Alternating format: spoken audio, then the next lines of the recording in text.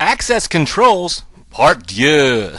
All right, in this one, we're going to go ahead and just complete our access controls domain of the Security Plus series. We're going to look at quite a bit of different terminology here. I've only got 3 bullet points, but within these bullet points are a lot of different technologies. For example, first of all, we're going to look at authentication components and protocols.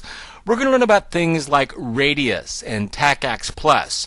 We'll look at remote access server, or Microsoft's RAS. We'll look at the LDAP protocol. We'll talk about remote authentication methods, virtual private networking, Kerberos, PAP, and CHAP. Talk about mutual authentication and end up with 802.1x. Then along the way somewhere, probably before I even get to this bullet point, I'll define the differences between identification and authentication. There are some key differences there.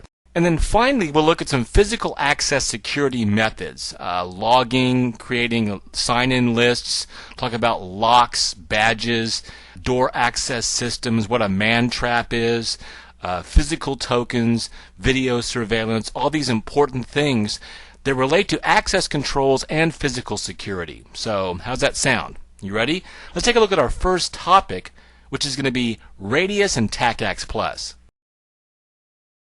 Now, regardless of whether we're using single-factor or dual-factor or multi-factor authentication, when you get into an environment where you have lots of users trying to get access to a system, or lots of mobile users trying to get access through virtual private networks into a corporate environment, you'd like to centralize the management of all of that access onto a server of some kind, instead of having the device that the user is connecting through handle that in a local database. For example, as users connect to switches, let me get my mouse down here, as they connect to switches, or they connect into firewalls or perimeter routers or network access servers like, say, Cisco's RAS, it's one thing if you have maybe 10 or a dozen users connecting and you can store information on local databases on these devices, or maybe leverage other server databases.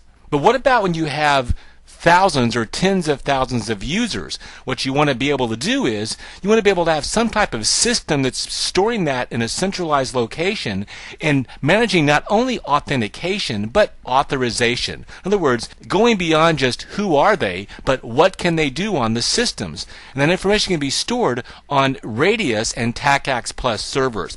Now realize that Radius and TACACS Plus is actually the protocol, the security protocol that's being used between these network access servers like switches and firewalls and routers and RAS servers. It's the protocol being used. This information could be stored locally on the server that's running the TACACS protocol stack or the Radius protocol stack, or these servers could be connecting to back-end databases like MySQL databases or Microsoft SQL 2005 databases. So the databases can be integrated onto the servers themselves, or this could be some type of high-speed network access connection. So Radius and TACACS Plus are the protocols that are used between the authenticating devices, the devices that end users connect to, switches, routers, network access servers, and firewalls. Now actually TACACS and ex-TACACS are older specifications. What we see most often used is Cisco's improved version, which is called TACACS Plus. Now, you won't need to remember what these acronyms stand for because that's what acronyms are for, but Radius stands for Remote Authentication Dial-In User Service, and it pretty much provides that. Now, what these Oh, and by the way, TACACS stands for Terminal Access Controller Access Control System. And these protocols provide what we call AAA services, okay? Authentication, authorization, and accounting. Authentication, who are we, or what is the system? Authorization, what can you do once you're authenticated? And accounting is basically things like how long are you doing it, when can you start and stop doing it, and how much are you doing it because we're going to bill you for it. Things like that. So AAA, authentication, authorization, and accounting.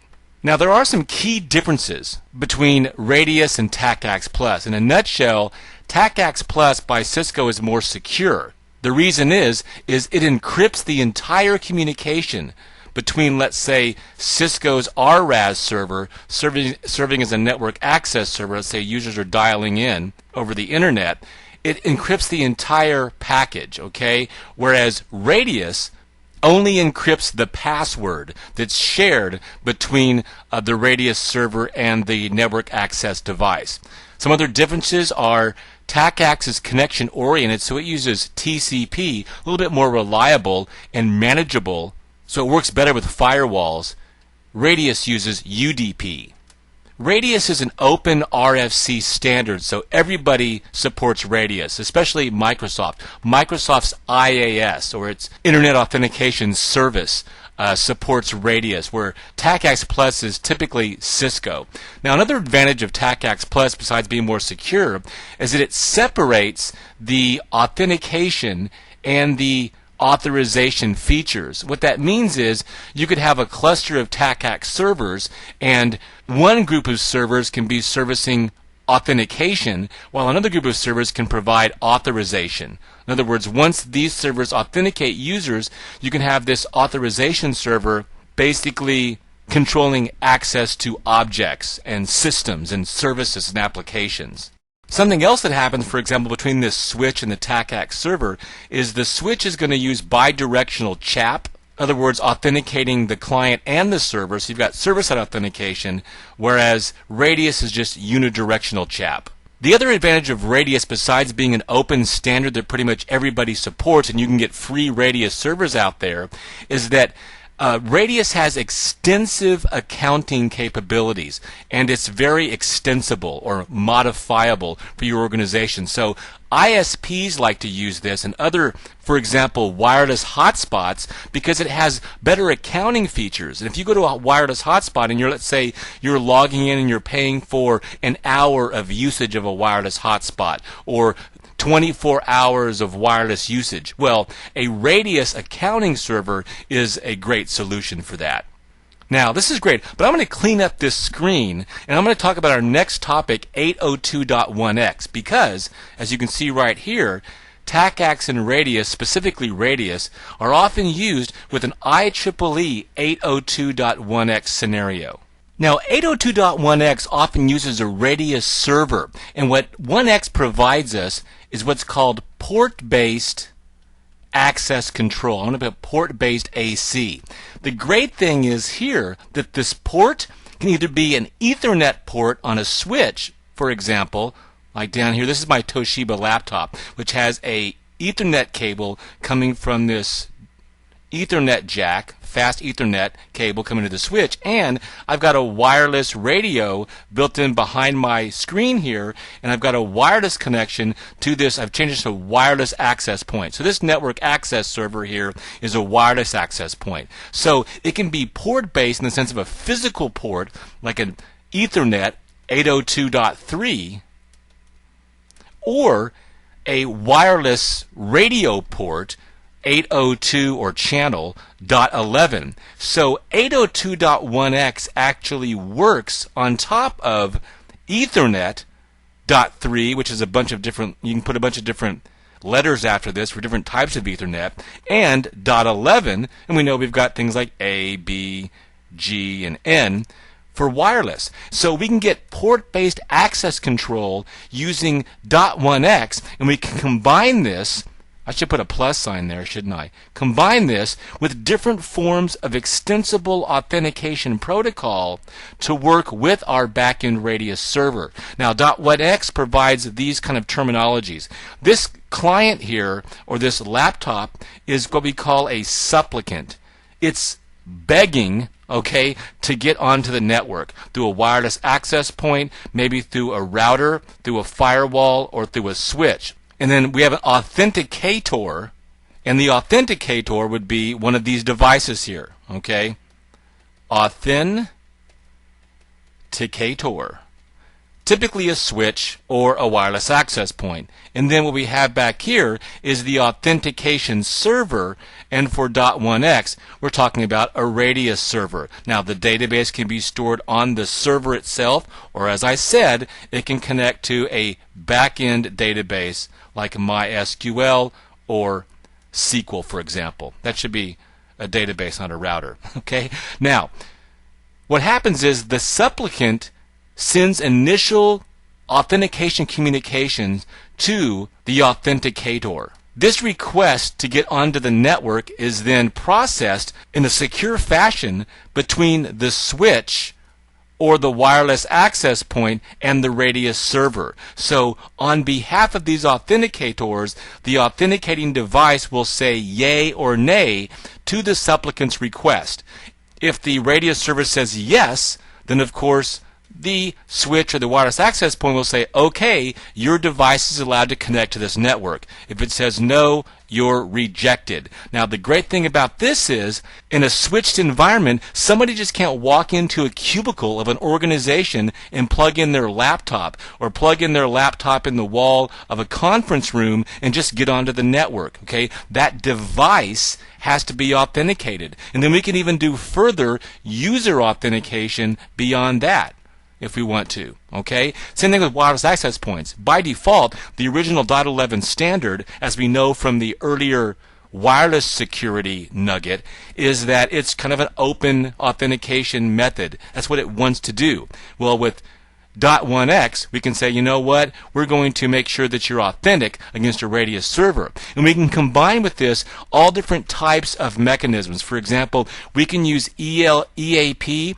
TLS, and say we're going to use certificates stored on the radius server and on the client, and we can use kind of a public key infrastructure certificate-based technique, which is really secure. Very complex, but very secure. So, bottom line, 802.1x is port-based security for a wired and a wireless environment.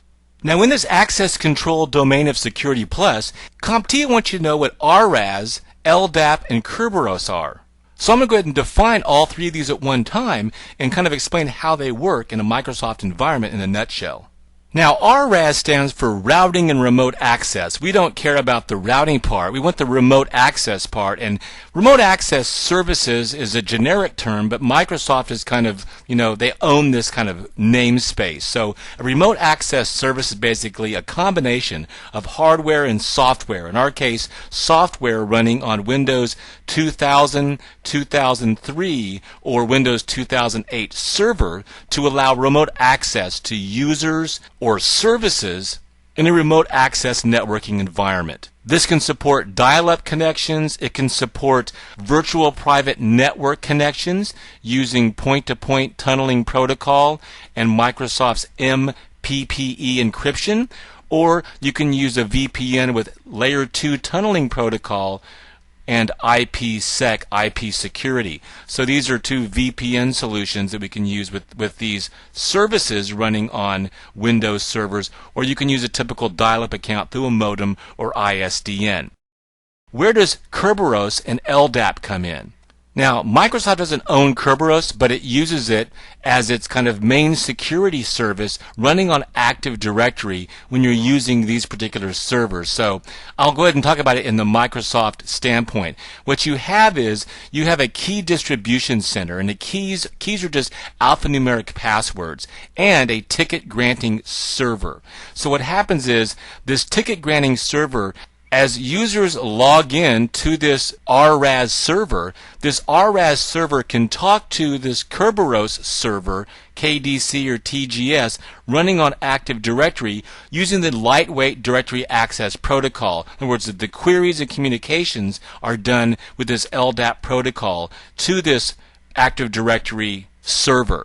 And then tickets are used to prove the identity of the users. This can also serve as a user logs in remotely as a single sign-on solution because they're authenticated one time. Then as they move throughout the organization, accessing different services and applications and partitions and objects, they can be granted tickets, but they only have to sign on one time. So 3 birds with 1 stone here, okay? RAS, or Remote Access Services, the LDAP communication protocol, and the Kerberos protocol developed by MIT, a computer network authentication protocol which allow users to prove their identity in a secure manner. By the way, Kerberos is built upon symmetric key cryptography. We'll talk more about that. We have got entire domains coming up to talk about cryptography and public key infrastructure. So if some of these terms sound like they're over your head, don't worry. I'm going to cover them in good detail. Now, before I leave this diagram, let's go back to a scenario and I can explain some more terminology for you. Let's say I've got a remote user here, this is maybe a laptop or whatever, and this user wants to use point-to-point tunneling protocol with Microsoft's MPPE encryption. This user has got some configuration, of course. It's got some type of utility with fields you have to fill out on this client. This client's going to log in to this RAS server or some other network access control device. Now, regardless of whether it's an RAS server or a firewall or a router or some other network access server, typically you're going to configure settings for multiple users. And these settings are what we call policies. And policies are just basic connectivity and security settings for these individual users. For example, the credentials that they're using, what time of day, okay, what TOD, what time of day can they log on, how long can they log on, what are some of the attributes as they communicate with this internal network. Maybe you're going to do some filtering. Maybe you're going to filter out certain IP protocols or TCP or UDP. So all of these network access servers, regardless of whether they're RAS servers or routers or VPN concentrators or firewall devices, are going to have some types of policies which allow us to manage multiple dial-in clients or multiple remote clients. Now, PPTP does the tunneling and MPPE does the encryption, but I might need a protocol to authenticate this client to this network access server, whatever it is, at your headquarters or maybe at your ISP. And that is where authentication protocols, remote authentication protocols like PAP and CHAP come in. Let's get a clean screen and talk about those. I want to bring up this diagram to talk about PAP and CHAP again because you know what? It's just so darn good. And these are authentication protocols that we use to authenticate devices and users, typically with basic username and password credentials. Now, the cool thing about PAP and CHAP is that we can authenticate this client to this network access server, but we can also use CHAP to authenticate this server to this radius server. All right, so this is a very commonly used protocol. Remember, I might be using, let's say, a point-to-point tunneling protocol to create my tunnel here. That means to encapsulate all the data to hide it from a man-in-the-middle attack. And I might be encrypting the data, okay, applying ciphertext to the original plain text, but to authenticate these two parties, I need to use PAP or CHAP initially before we start even sending data to one another. Let's start with PAP first. It's been around longer and it's simpler. PAP is Password Authentication Protocol. It's simple. Basically, the user will put in their username and password, and that credential will be in clear text and sent to the network access server or the authenticating server. Typically used by internet service providers. If you have a DSL connection now, you're probably using PAP right now. It works with point-to-point protocol, which is used with DSL. It may be tunneled, so that might add some extra protection to that unencrypted password. But it's nowhere near as secure as CHAP and EAP, which I talked about earlier, EAP, Extensible Authentication Protocol, which is used again in .1x. But CHAP is the Challenge Handshake Authentication Protocol. And this is a very popular protocol. Also works with PPP, but it's a more robust authentication scheme. The password that the user inputs is not sent over the wire or the wireless to the network access server. a one-way hash function, typically MD5, is done against that password, and the hash is sent to the network access server. So that's a better solution.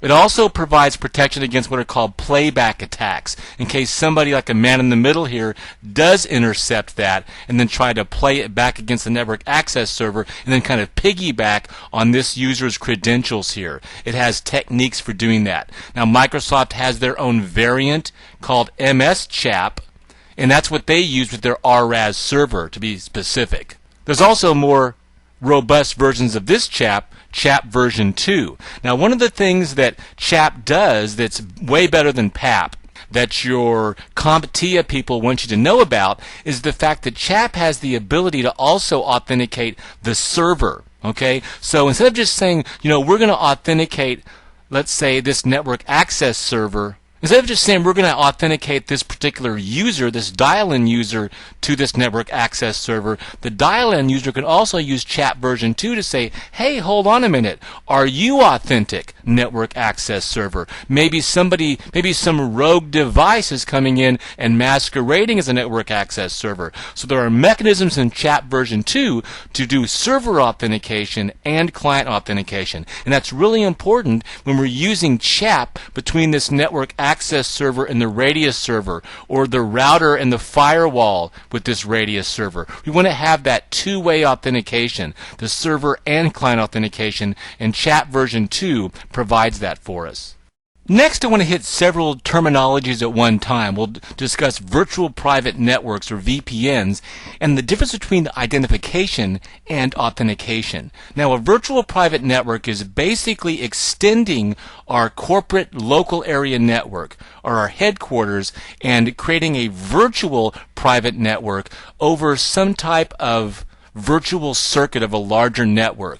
It could be the network of a telco, okay, a telecommunications company. It could be a private leased line connection between my headquarters and a small branch office, my telco here going to a regional branch office. And this could be some type of cloud, like an ATM or a frame relay cloud.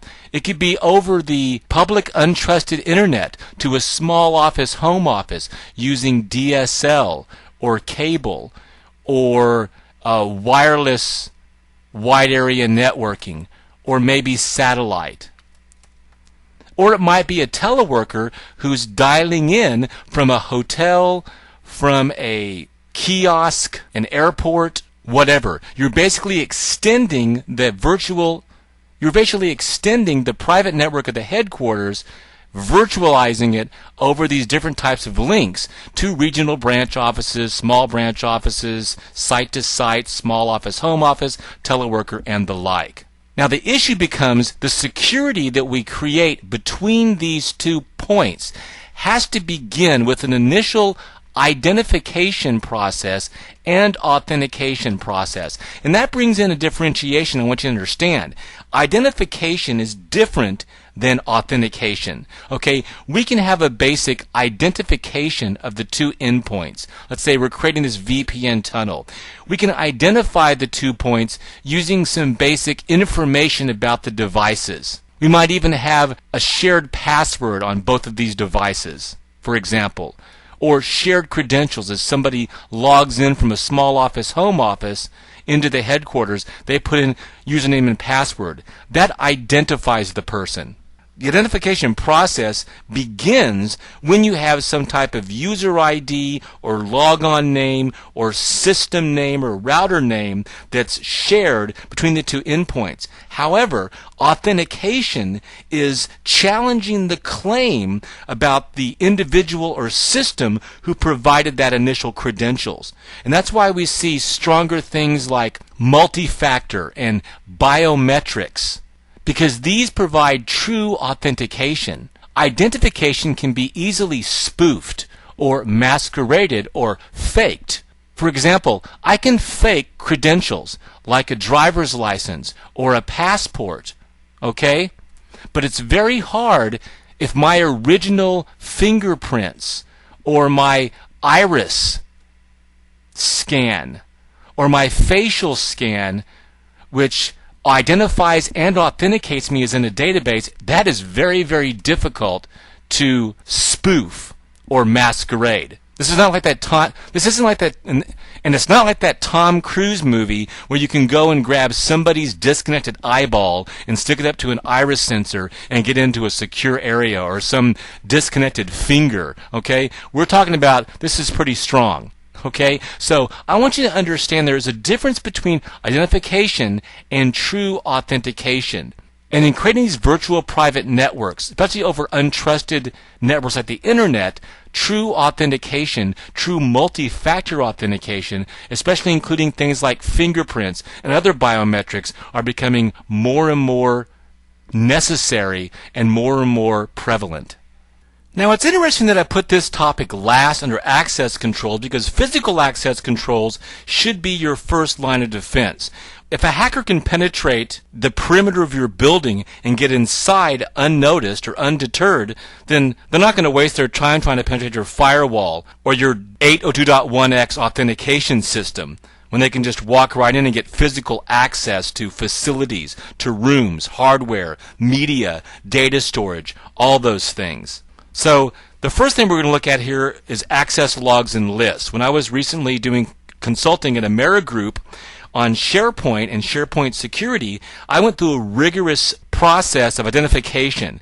I was logged in and logged out and signed in on lists every day before I went into multiple buildings. I had a special badge made up for me just for the week that I was there. That kind of ties into ID badges down here, but you'll have ID badges that also have tokens in them. So the ID badge identifies you, but could also have maybe an RFID in it or some other token that you can pass it in front of a sensor to get access in and out. Those badges should never be shared among employees. You have to have enforcement if that's done. You also want to have hardware locks on workstations, on laptops. There's even software now that can lock down those USB ports, as a matter of fact. Use smart card readers with your workstations and your laptops and other devices. Use the fingerprint scanner on your new laptops. All these things can be used to lock down that hardware. You want to have door access systems like digital access codes or digital panels. A fail secure lock means that if the lock fails, for example, someone cuts the power off, it should lock and still be secure. That's fail secure. A fail safe lock will unlock when the power fails. You need to know what type of entry lock you have. These door access systems should be on your server rooms. They should be in all restricted areas, data centers. Anytime you need authorized IT personnel, you need to have some type of door access system, possibly combined with a ID badge or a token that we looked at earlier, maybe some type of biometric system. You could also have armed guards or armed personnel at key sensitive areas as well, using those access logs and lists all the time, this being surveyed under video with closed circuit television, with cameras strategically placed at multiple angles, making sure there are no dark spots or no areas that can't be covered by the overall video surveillance system. You want to make sure that you have things in place for diversion attacks or impersonation attacks. A diversion can simply be somebody sent in a wheelchair that fakes a heart attack, or it could be some female dressed like a professional cheerleader who walks in. Something to divert guards away from the actual intruder. Look out for impersonation like pizza repairmen, pizza delivery people, repairmen, or even security guards. If you see somebody who's on the inside who looks like they might be an employee, never hesitate to ask them if they need help, okay? And if they're a strange person, report that to security. Another common thing is piggybacking. For example, somebody will walk up to a door, they'll use their ID badge or they'll use their token to get accessed, and somebody will piggyback in behind them. As a matter of fact, when I was at Amerigroup, there was a sign on the wall that simply said, "No piggybacking." It was right there. You could be fired for not using your badge. Why? Because this is all in access logs. As you move throughout the building and you use your badge to go through doors and get into different areas, that access, the timestamp, and the date stamp is being monitored and logged in a security log and stored on a secure server. And so a lot of times what will be used is what's called a man trap, which is like a two-door system. It makes sure that one person comes in, they're allowed in through one door, and they have to stay in this area until they're allowed in, maybe they're buzzed in through a second door. So only one person at a time can get in. This is usually in some type of small enclosure or small room. Only one person actually enters the building at a time. So when the employee or the visitor passes through the first door and they're inside the man trap, then a security guard or some other authentication method like an ID badge or a token or a door access system can be used to grant access through the second door. So physical access security methods are first line of defense in access controls. Excellent. Well, in Access Controls Part 2, we covered three main areas. We looked at a wide variety of authentication components and protocols. While we discussed the concept of virtual private networking, we identified identification versus authentication. And finally, we gave you a laundry list of very important and popular physical access security methods. I hope this CBT Nugget's been informative for you. I want to thank you for viewing. We'll see you in the next nugget.